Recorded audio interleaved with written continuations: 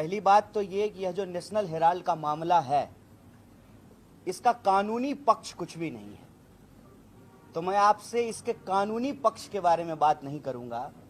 सीधे तौर पे ये एक राजनीतिक साजिश और शरारत का मामला है। ये राजनीतिक साजिश और शरारत का मामला कैसे है? पहला, कि जिस कानून के तहत यह मामला दर्ज किया गया है, उस कानून का नाम है money laundering act. Money laundering act उस केस में लगेगा जिस केस में कहीं कोई पैसे का लेन देन हुआ हो। इसमें पैसे का कोई लेन देन हुआ ही नहीं है। और दूसरा, बार बार ये कह रहे हैं कि कांग्रेस पार्टी के नेतृत्व ने मुनाफा कमाया है। सबसे इंपॉर्टेंट बात यह है कि जो दोनों कंपनियां हैं वो नॉन प्रॉफिट ऑर्गेनाइजेशन है। ना तो वो मुनाफा कमाती है और ना उसका मुनाफा कोई ले सकता है। कोई भी उसका डायरेक्टर हो जाए, 1 रुपया जो है उस कंपनी से कोई ले नहीं सकता है। और तीसरा, कह रहे हैं कि हजारों करोड़ की संपत्ति का मामला है। ये जो 3 बड़ा झूठ है, उसका पर्दाफाश हम आपके सामने करना चाहते हैं। पहला, कि इसमें कोई पैसे का लेन देन नहीं हुआ है, तो आप जो है मनी लॉन्ड्रिंग का मामला कैसे दर्ज कर रहे हैं? दूसरा, डायरेक्टर चाहे कोई भी हो, कोई भी डायरेक्टर उस कंपनी से कुछ भी नहीं ले सकता है, उसकी संपत्ति को कोई बेच नहीं सकता है, वो संपत्ति एज इट इज रहेगी। तो जो है राहुल गांधी और सोनिया गांधी जी ने फायदा कैसे ले लिया?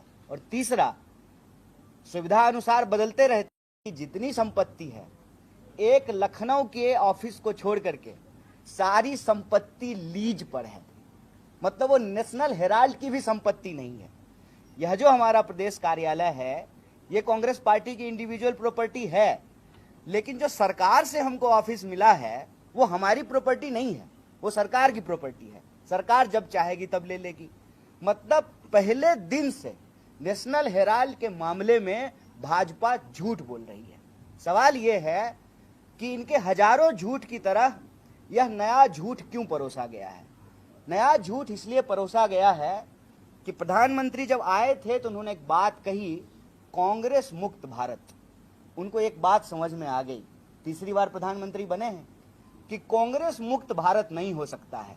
खास करके उस परिवार के रहने के चलते जिस परिवार से 2 प्रधानमंत्री ने अपनी शहादत दी हो देश के लिए बलिदान देने वाले परिवार को बदनाम करने पे इसलिए उतारू हैं कि इनको मालूम है कि इनके खिलाफ कोई भी आरोप चिपकता नहीं है। आपने देखा किस तरीके से जो है राहुल जी की नागरिकता पे सवाल उठाया गया, फिर कोर्ट ने फटकार लगाई, वकील को जो है जुर्माना भरने को कहा और जेल किया वकील को। सदस्यता समाप्त कर दी गई, फिर सदस्यता बहाल की गई, घर वापस ले लिया गया, फिर घर दिया गया। और जनता को देखिए, सांसद थे तो आपने सदस्यता छीन ली और घर ले लिया, जनता ने लीडर ऑफ अपोजिशन बना दिया और जो है सांसदों की संख्या जो है वो डबल कर दी। तो भाजपा कहीं ना कहीं यह बात समझ गई है कि जब तक यह परिवार है, जब तक कांग्रेस पार्टी है, तब तक संविधान को चकनाचूर करने का इनका सपना पूरा नहीं हो सकता है। देश की जो बहुसंख्यक आबादी है, चाहे वो दलित हो, आदिवासी हो, पिछड़े हो, अति पिछड़े हो, गरीब लोग हों, अल्पसंख्यक हों, उनके हितों पर हमला नहीं हो सकता है। प्रधानमंत्री जी को यह बात पूरी तरह से समझ में आ गई है कि वो और उनकी मित्र मंडली जो इस देश की संपत्ति को दोनों हाथ से लूट सकते रहे हैं, उसको अगर कोई रोक सकता है तो कांग्रेस पार्टी रोक सकती है। मेरा एक सीधा सवाल है और जनता में यह सवाल है कि अगर किसी के ऊपर कोई ईडी का मामला होता है, वो व्यक्ति अगर भाजपा में चला जाए तो वो सारे मामले समाप्त हो जाते हैं। और ऐसे एक नहीं, इस देश में कम से कम सैकड़ों उदाहरण दिए जा सकते हैं, क्योंकि ईडी का जो कन्विक्शन रेट है वो 1% भी नहीं है। मतलब 100 लोगों पे कार्रवाई करते हैं, 1 लोग को भी जो है ये सजा नहीं दिलवा पाते हैं। तो वो सारे लोग जिस पे ईडी कार्रवाई करती है, उनका होता क्या है? होता यह है कि ईडी दरअसल भाजपा का एक्सटॉर्शन डिपार्टमेंट है। ये एक्सटॉर्शन डिपार्टमेंट जो है भाजपा आरएसएस के लिए इलेक्शन के साथ भी और इलेक्शन के बाद भी, प्रधानमंत्री जो कहते हैं कि हम 18-18 घंटे काम करते हैं, यही एक्सटॉर्शन डिपार्टमेंट 18-18 घंटे काम करता है। जो सवाल आज कांग्रेस पार्टी के लिए उठाए जा रहे हैं वही सवाल आरएसएस और बीजेपी के लिए क्यों नहीं पूछे जा रहे हैं कि आप हर शहर में जो दफ्तर बनाए हैं कहां से बनाए हैं? आरएसएस तो रजिस्टर्ड ऑर्गेनाइजेशन भी नहीं है। नेशनल हेराल्ड आजादी के वक्त में पंडित जवाहरलाल नेहरू और अन्य स्वतंत्रता सेनानियों के द्वारा स्थापित किया गया। 3 अखबार चलाए गए, अंग्रेजी में नेशनल हेराल्ड, हिंदी में एक अखबार और उर्दू में एक अखबार।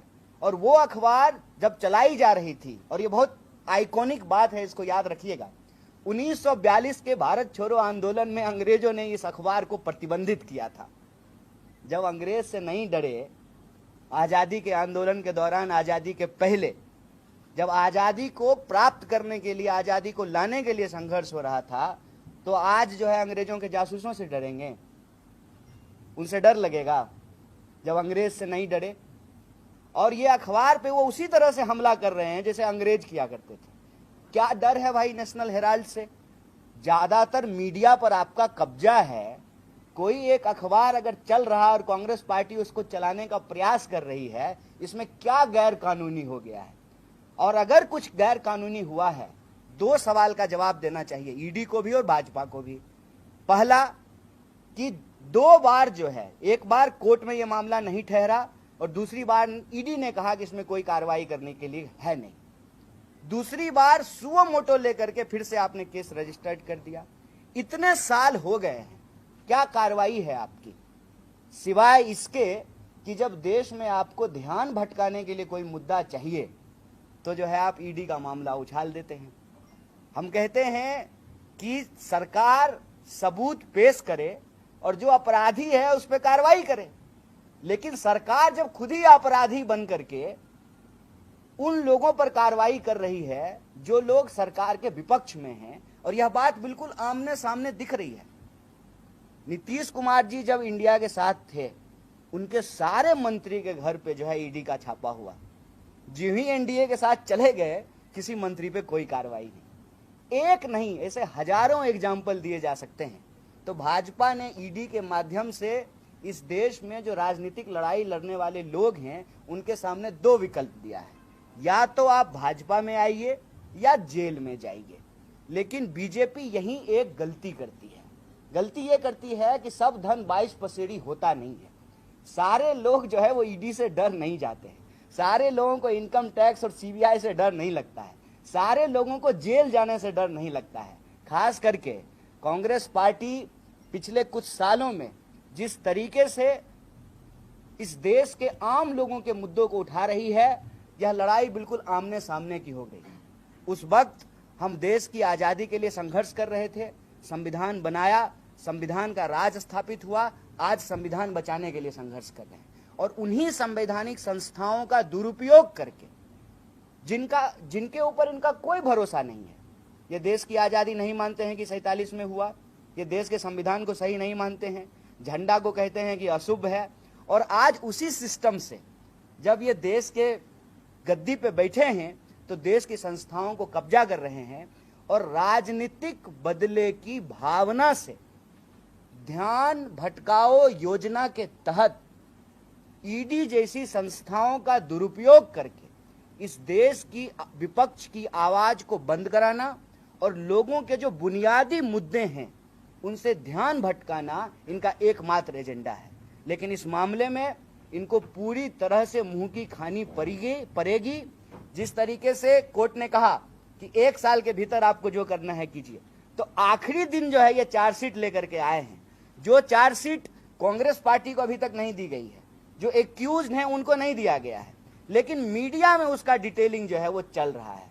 तो इनको लगता है कि टीवी वाले आपकी अदालत में न्याय का फैसला होगा तो सब कुछ जो है ना ये अपने हिसाब से नहीं चला सकते हैं। इस देश में आज भी लोकतंत्र है, संविधान का शासन है, और जनता के न्यायालय में हम जाएंगे, और जनता के न्यायालय में जा करके जो सच्चाई है वो सच्चाई लोगों के सामने रखेंगे। और इसी प्रक्रिया में हम आप तमाम मीडिया साथियों से बात करने के लिए आए हैं, और इसमें हमारा स्पष्ट मत है। पहला, कोई जो है पैसे के लेन देन के बिना मनी लॉन्ड्रिंग का केस किया गया है। दूसरा, कोर्ट में यह मामला नहीं ठहरा, ईडी ने भी कार्रवाई करने से मना कर दी, फिर भी जबरदस्ती जो है इस मामले को दर्ज किया गया। तीसरा, जानबूझ करके उस परिवार को जिसने बलिदान दिया है उसको ये बदनाम करना चाहते हैं ताकि कांग्रेस पार्टी को हतोत्साहित किया जाए, निराश किया जाए। तो हम आपके माध्यम से आरएसएस बीजेपी को कहना चाहते हैं कि नेशनल हेराल्ड एक हिस्टोरिकल आइकॉनिक चीज है। 1942 के भारत छोड़ो आंदोलन में अंग्रेजों ने प्रतिबंधित किया, तब भी जो है देश को आजादी 47 में मिली। आज आप लोकतंत्र की आवाज को बंद करने की कोशिश कर रहे हैं, लेकिन ये होगा नहीं। हम अपने काम पे निरंतर आगे बढ़ते रहेंगे और जैसा कि हमारे प्रदेश अध्यक्ष जी ने आपको बताया कि हम इनके ध्यान भटकाओ योजना को अच्छे तरीके से समझ रहे हैं। संविधान बचाने की बात हो, महंगाई की बात हो, बेकारी की बात हो, भेदभाव की बात हो, और जिस तरीके से देश आर्थिक संकट की तरफ जा रहा है, मिडिल क्लास लोग हर चीज के लिए जिस तरह से परेशान हो रहा है, इन मुद्दों को हम प्रमुखता से उठाते रहेंगे। परिवार को बदनाम करने की ना इनकी नीति नहीं है, ना रीति नहीं है, और इसके बारे में हम सब जानते हैं कि सांच को कोई आंच नहीं होता है। खास करके आप उस परिवार को बदनाम नहीं कर पाएंगे जिस परिवार के लोगों ने देश के लिए बलिदान दिया है। लोग आज पूछ रहे हैं, इनकम टैक्स डिपार्टमेंट ने कहा कि 462 करोड़ की प्रॉपर्टी है। प्रॉपर्टी के बारे में भी आपको बता देते हैं। एक लखनऊ के ऑफिस को छोड़ करके नेशनल हेराल्ड की सारी प्रॉपर्टी लीज पर है। और जो परिवार, देश के पहले प्रधानमंत्री पंडित जवाहरलाल नेहरू अपना हजारों करोड़ का प्रॉपर्टी देश को दान दे दिए, वो एक अखबार की प्रॉपर्टी ले लेंगे? ये देश के आम लोग सवाल कर रहे हैं। जिन्होंने अपनी संपत्ति देश को दे दिया, तो देश का जो अखबार है जो आजादी के आंदोलन में चला, उसकी प्रॉपर्टी वो ले लेंगे। हकीकत यह है कि उसकी प्रॉपर्टी कोई ले ही नहीं सकता है। वो एक नॉन प्रॉफिट ऑर्गेनाइजेशन है। तो एक झूठ को इन्होंने बार बार बोला है। उस झूठ से हम लोग घबराने वाले नहीं हैं। कांग्रेस पार्टी अपने कार्यक्रम पे निरंतर चलेगी और बीजेपी और आरएसएस की देश को बांटने की, गरीब लोगों को परेशान करने की और देश की संपत्ति को अपने मित्र मंडली को पहुंचाने की जो नीति है, इसका पर्दाफाश करेगी। क्योंकि ये देश में नहीं चल सकता है कि आपको एक बार मैंडेट मिल गया है तो आप संख्या के दम पर जो है कुछ भी कहेंगे, कुछ भी बोलेंगे। आप किसी के ऊपर ईडी का कार्रवाई करते हैं, वो इंसान अगर आपसे समझौता कर ले, वो अगर आपकी मित्र मंडली में शामिल हो जाए, तो सारा कार्यक्रम बंद हो जाता है। और आप हर राज्य दर राज्य यह घटना जो है उठा करके देख सकते हैं। किसी भी राज्य में कोई ऐसा विपक्षी पार्टी नहीं है जिसके नेताओं को डराने धमकाने के लिए ईडी का इस्तेमाल नहीं किया गया हो। तो यह जो एक्सटॉर्शन डिपार्टमेंट है भाजपा का, इसको जो कार्रवाई करना है करे। हम जनता के बीच में हैं, आपके माध्यम से इन मुद्दों की सच्चाई इन डिटेल आपको जो है प्रेस रिलीज के माध्यम से देंगे। और हमारा आपसे निवेदन है कि भाजपा की जो ध्यान भटकाओ योजना है, इसकी हकीकत जनता के बीच में आए और जनता के जो वाजिब सवाल हों उस पर चर्चा हो, ना कि एक राजनीतिक साजिश और शरारत को उसके कानूनी पक्षों में उलझा करके जनता का ध्यान न भटकाया जाए। बहुत बहुत धन्यवाद।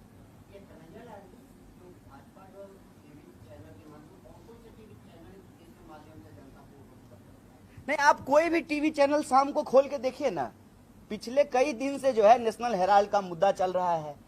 आप टोक करके उनसे एक फैक्ट पूछेंगे तो आपको एक फैक्ट नहीं बता सकते हैं कि भाई नेशनल हेराल्ड कब बना, नेशनल हेराल्ड जो है किस कंपनी के तहत रजिस्टर्ड हुई, उसको जो है पहली बार किसने स्थापित किया।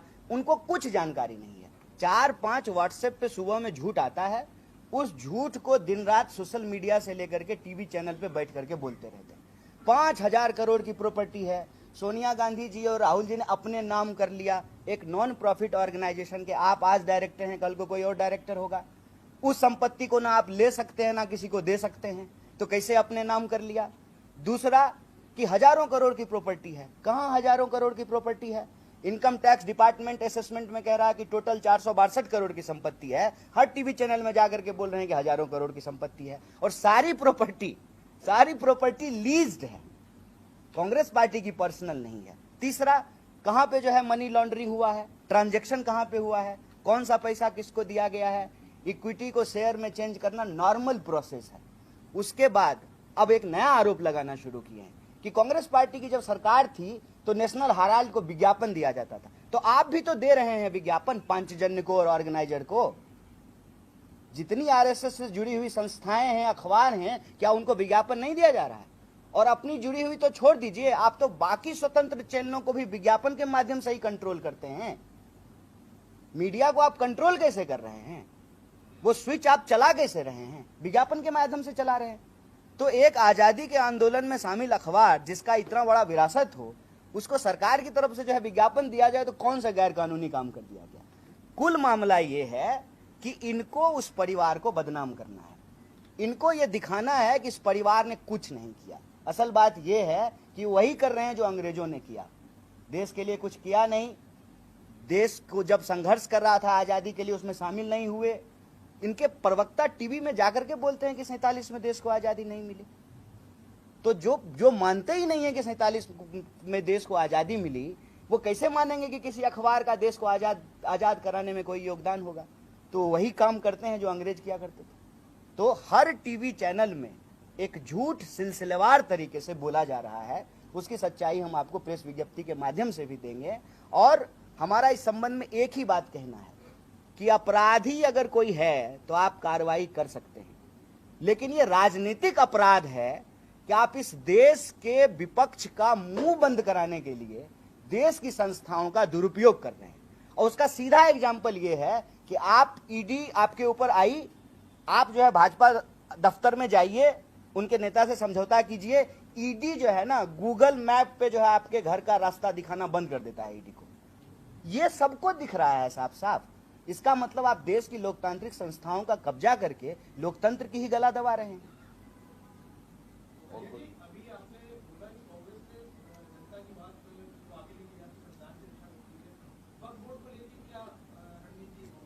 देखिए, वक्फ बोर्ड पे तो ऑलरेडी सुप्रीम कोर्ट ने अपने ऑब्जर्वेशंस दिए हैं और पार्लियामेंट में भी जो है हमने वही बात रखी थी जो ऑब्जर्वेशन सुप्रीम कोर्ट ने दिया है। तो अब बीजेपी ये नहीं कह सकती है कि ये जो है राजनीतिक मामला है।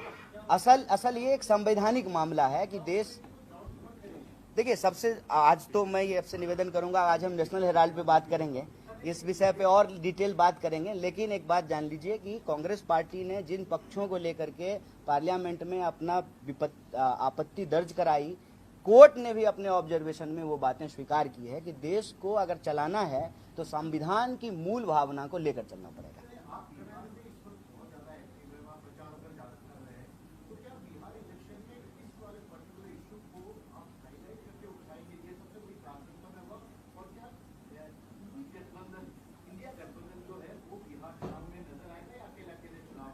नहीं, सबसे पहली बात तो ये जान लीजिए, इस नेशनल हेराल्ड के विषय में आपको एक बात कह दें, ये हमारे लिए सबसे जरूरी मुद्दा नहीं है। हमारे लिए सबसे जरूरी मुद्दा है देश के संविधान को बचाना, देश की संवैधानिक संस्थाओं को बचाना, महंगाई के खिलाफ अपनी मुहिम को तेज करना, बेरोजगारों को रोजगार दिलाना, सामाजिक, आर्थिक और राजनीतिक न्याय के लिए संघर्ष करना कांग्रेस पार्टी का काम है। ये हमारा प्राइमरी काम है। नेशनल हेराल्ड का जहां तक विषय है, चूंकि ये झूठ बार बार, जैसे सैकड़ों झूठ वो बोलते हैं, हमने आपको कहा, कभी नागरिकता पे सवाल उठाते हैं, कब नेहरू जी पे जो है सुबह सुबह ही जो है आपको व्हाट्सएप पे जो है कई झूठ आ जाएंगे। स्थिति ये है कि चांद पे थूकने से जो है चांद पे तो दाग लगेगा नहीं। आज स्थिति ये है कि नेहरू जी पे भाजपा के नेता जो है पब्लिक स्टेटमेंट आकर के दे रहे हैं कि नहीं, नेहरू जी का बड़ा योगदान है। तो झूठ बार बार बोलना ये आरएसएस बीजेपी की प्रवृत्ति है। उसकी प्रवृत्ति के खिलाफ जो है, जो बेसिक सच्चाई है, हम रखने के लिए आए हैं। लेकिन हमारा मुख्य मुद्दा जो है वो नेशनल हेराल्ड नहीं है। हमारा मुख्य मुद्दा इस देश के संविधान की रक्षा है। दूसरा, इसी से जुड़ा हुआ प्रश्न जो आपने कहा, देखिए संविधान को हम बचाना चाहते हैं कि संविधान का राज रहे और सारे नागरिक जो है अपने बराबरी के अधिकार के साथ, जो उनका बुनियादी सवाल है, रोजी रोटी, कपड़ा, मकान, शिक्षा, स्वास्थ्य, सड़क, बिजली, पानी, ये राजनीति के केंद्र में रहे। इस मुद्दे के साथ जो भी पार्टियां हमारे साथ जुड़ी हैं, जो गठबंधन बना है, हमारी हर कोशिश रहती है कि वो गठबंधन बना रहे। और मुझे पूरी उम्मीद है कि राज्य दर राज्य यह जो हमारी कोशिश है, यह जो हमारा मुहिम है, वो चलता रहेगा। कन्हैया जी, ईडी की कार्रवाई के बाद में कांग्रेस की तरफ से बयान आए थे कि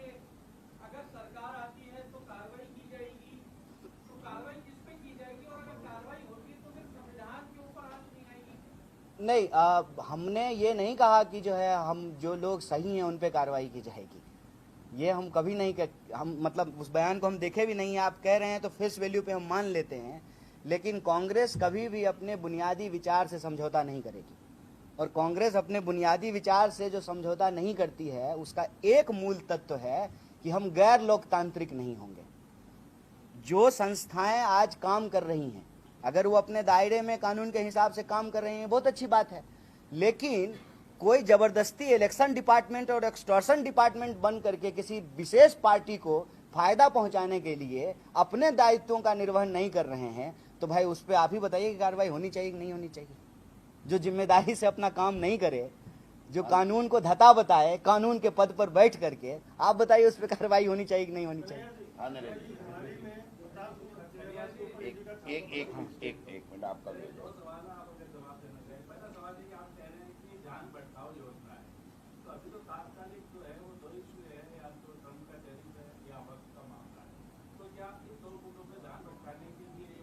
एक सौ मुद्दा है सर। सबसे बड़ा मुद्दा आपको हम बताएं, हमारी पार्टी में अगर 10 दिन लेट हो जाए लीडर ऑफ अपोजिशन चुनने के में, तो जो है बीजेपी धरती जो है ना सर पे उठा लेती है। कितने साल हो गए हैं ये अध्यक्ष नहीं चुन पा रहे हैं, रोज कुश्ती हो रही है किसका अध्यक्ष बनेगा, आरएसएस का अध्यक्ष बनेगा कि जो अमित शाह का अध्यक्ष बनेगा। मैं आपको ऐसे करके कम से कम 100 इशू गिना सकता हूँ। आप कभी सोचे थे कि जैन समाज जो है वो प्रदर्शन करेगी भाजपा के खिलाफ? एक भी विजुअल दिखा है आपको मीडिया में? एक भी सड़कों पे चलने के लिए जगह नहीं था। आपको जो है कभी भी बताया जा रहा है कि कर्जा कितना हो गया है? 3 गुना कर्ज हो गया है भारत का। कर्ज पे चल रही है सरकार, और कितना कर्जा इन्होंने जो है माफ कर दिया है। तो ये जानबूझ करके जो बुनियादी सवाल है वो, और चाहे टैरिफ का मामला हो, हर जो एक्टिविटी होती है इस सरकार की, इसका एक ही उद्देश्य होता है कि कोई ऐसा मुद्दा उछालो जिससे लोगों के जो है ना बुनियादी सवाल गायब हो जाए। आपके यहां भी सरकार है, आप यहां भी इस बात को बहुत अच्छे तरीके से नोट कर सकते हैं। 2 समुदाय को लड़वाने लगेंगे स्वाभिमान के नाम पर, 2 जाति को लड़वाने लगेंगे, 2 धर्म को लड़वाने लगेंगे इतिहास में ले जाकर के। अब आप बताइए कि सचमुच अगर कार्रवाई करना है तो औरंगजेब पे कार्रवाई करना है या उस पे कार्रवाई करना है जो आज हमारी जेब काट रहा है? किस पे कार्रवाई होना चाहिए? और सचमुच अगर करना चाहते हैं तो उनके तो कई वंशज हैं इनके पार्टी में, बताइए ना, कहना क्या चाहते हैं, करना क्या चाहते हैं? मुख्य सवाल यह है कि इस देश में ये किसी भी विपक्ष की आवाज को बचने नहीं देना चाहते। और एक बार लोकतंत्र में विपक्ष नहीं बचेगा तो लोकतंत्र भी नहीं बचेगा। कौन ये सवाल पूछेगा? आप याद कीजिए, नया पार्लियामेंट जब बन रहा था कहीं संविधान का जिक्र नहीं था। ज्यों ही इनके 400 पार के गुब्बारे का हवा निकाली जनता, त्यों ही जो है संविधान लेकर के आए थे इस बार शपथ लेने के बाद।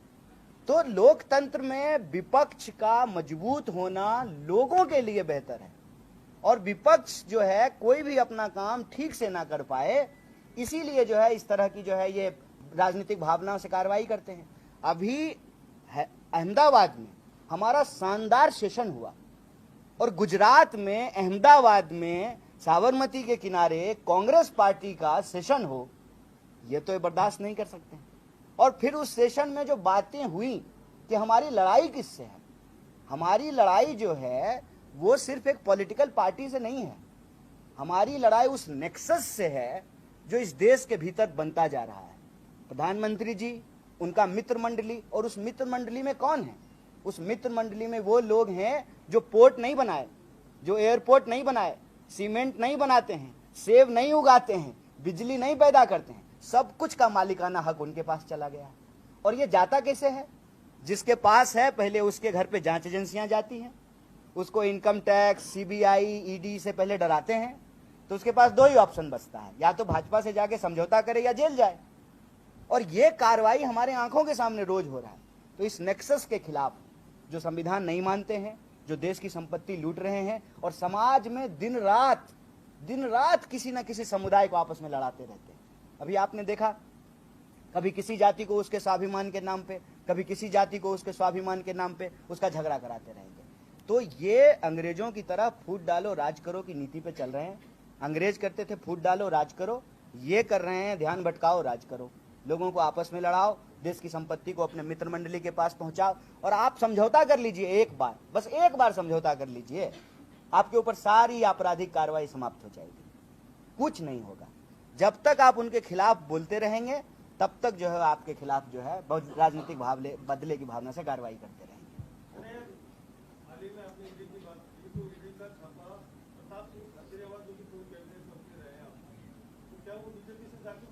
देखिए बीजेपी से जाकर के को मिलने का ये बात नहीं है। हम ये कह रहे हैं कि ईडी की कार्रवाई जिसके ऊपर होती है उसके पास दो विकल्प है, या तो जो है आप लड़िए, वो जो है प्रताड़ना झेलिए, जेल जाइए, या तो जो है आप भाजपा से समझौता कीजिए।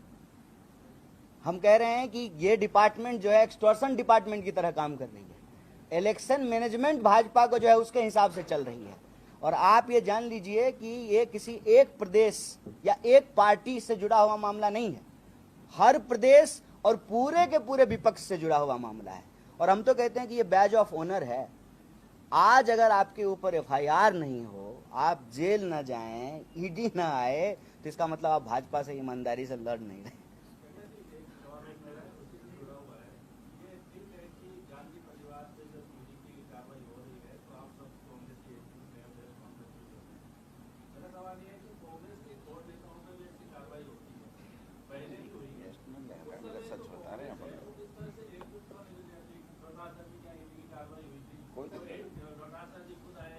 अभी जो है छत्तीसगढ़ में भूपेश बघेल जी के यहाँ हुई है, अभी जस्ट हुआ है।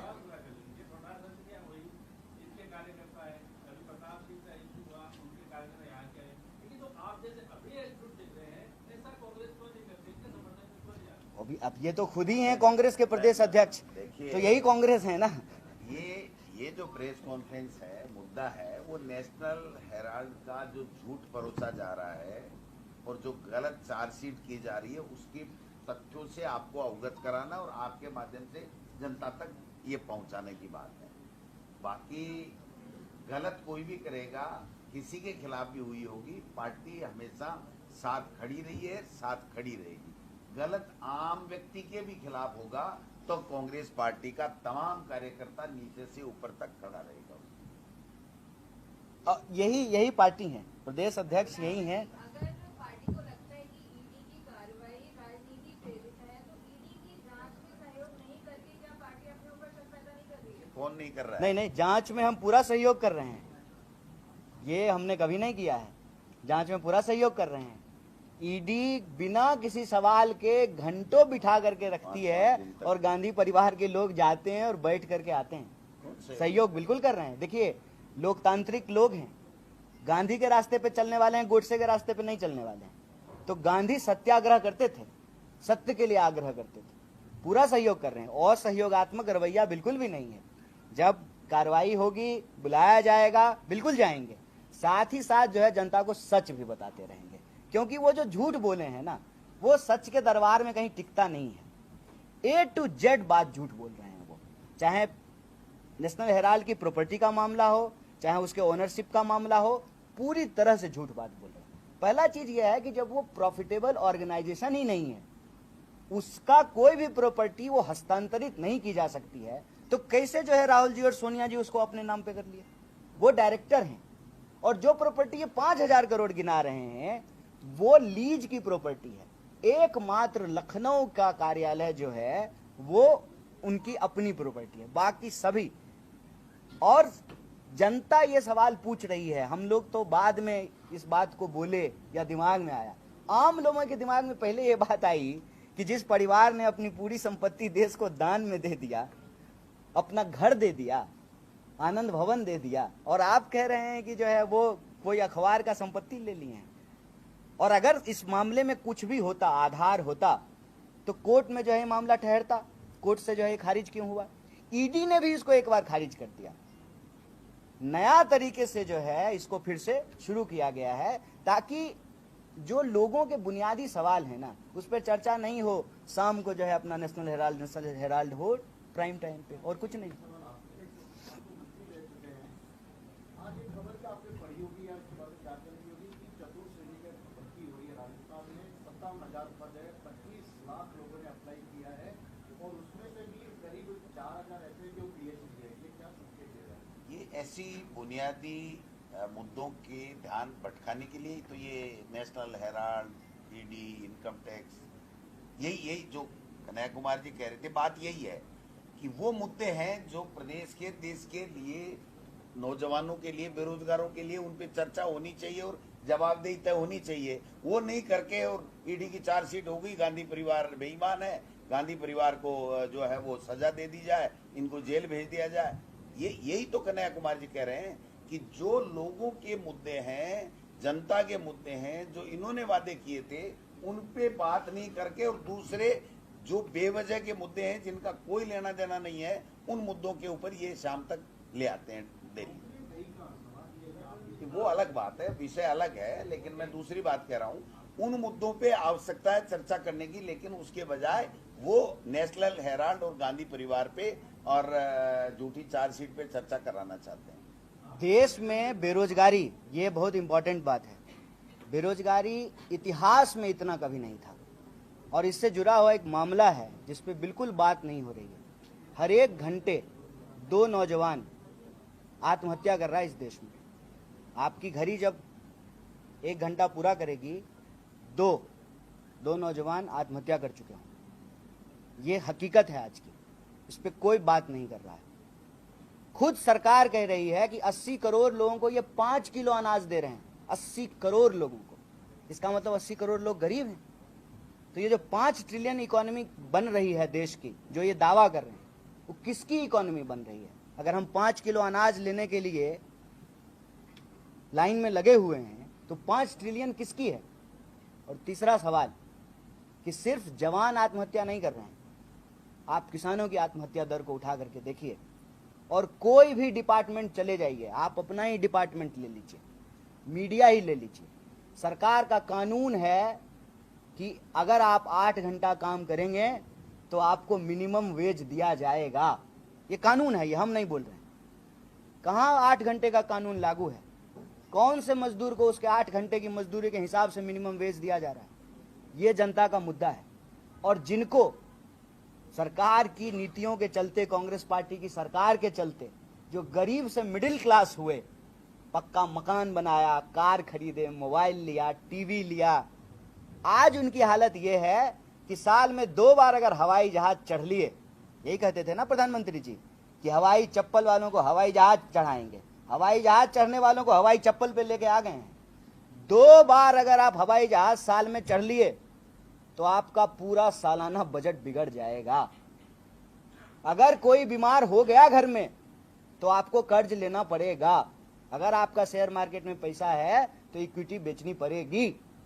ये सच है, और इस सच पे जो है चर्चा पूरी तरह से नदारत है।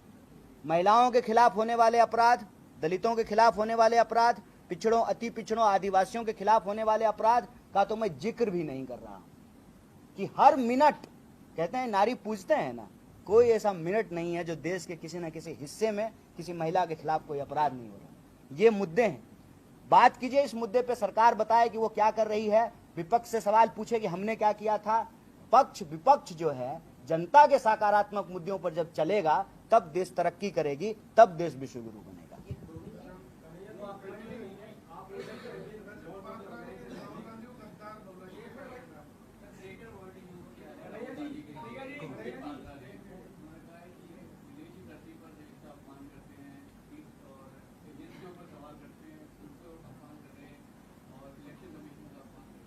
ये तो लोकतंत्र का अपमान खुद संबित पात्रा जी कर रहे हैं। देश के लीडर ऑफ अपोजिशन को, जिसको जनता ने चुना है, उसको जो है आप जब कह रहे हैं तो फेलियर किसका है? अगर आप मुझे गद्दार कहें तो ये जो है सरकार में बैठे हुए लोगों का फेलियर है ना, कि अगर मैं गद्दार हूं तो जो है फिर कानून व्यवस्था किसका है, गृह मंत्री किसका है? ये सवाल तो इसका मतलब संबित पात्रा जो है जय शाह के बाबूजी पे उठा रहे हैं, डैडी। डैडी क्या कर रहे हैं? डैडी कुछ कर रहे हैं कि नहीं? डैडी गृह मंत्री है ना। तो देश में अगर कोई गद्दार है तो डैडी जी क्या कर रहे हैं? आईपीएल खिलवा रहे हैं बेटे से। डैडी को कार्रवाई करना चाहिए। एजेंसियां हैं, रॉ है, आईबी है, पुलिस है, वो तो पार्लियामेंट्रियन है, लीडर ऑफ अपोजिशन है। कोई ऐसा तो है नहीं वो नीरव मोदी और माल्या की तरह जो भाग गए हैं, मेहुल चोकसी की तरह। यही तमाशा चल रहा है।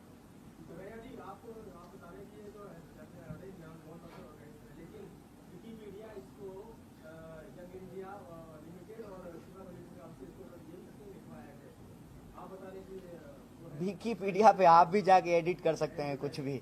विकीपीडिया कोई ऑथेंटिक सोर्स थोड़ी होता है, ठीक है। ये जो है एजीएल कंपनी है, ठीक है ना। एजीएल कंपनी ने जो है नेहरू जी के साथ आचार्य नरेंद्र देव और उस वक्त के स्वतंत्रता सेनानी थे, उन लोगों ने 3 अखबार शुरू किया था।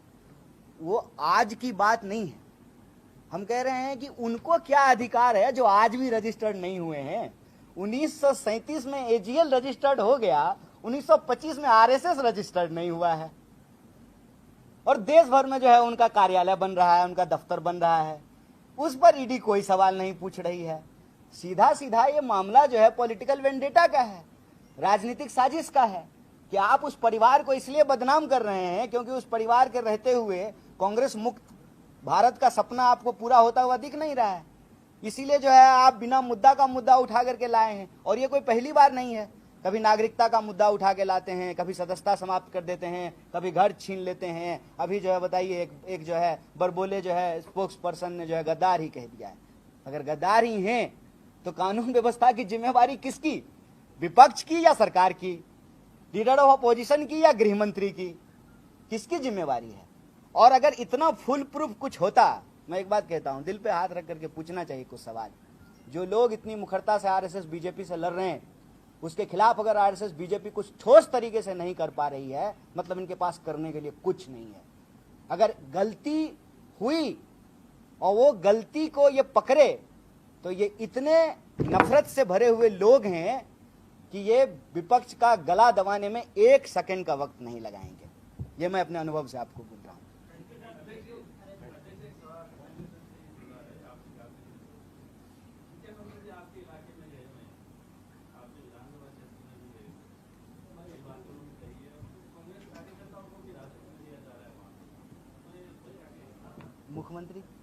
मुख्यमंत्री का क्या नाम है? भजन लाल। हाँ, इतने अननोन आदमी हैं कि नाम भी नहीं याद रहता। आगे जवाब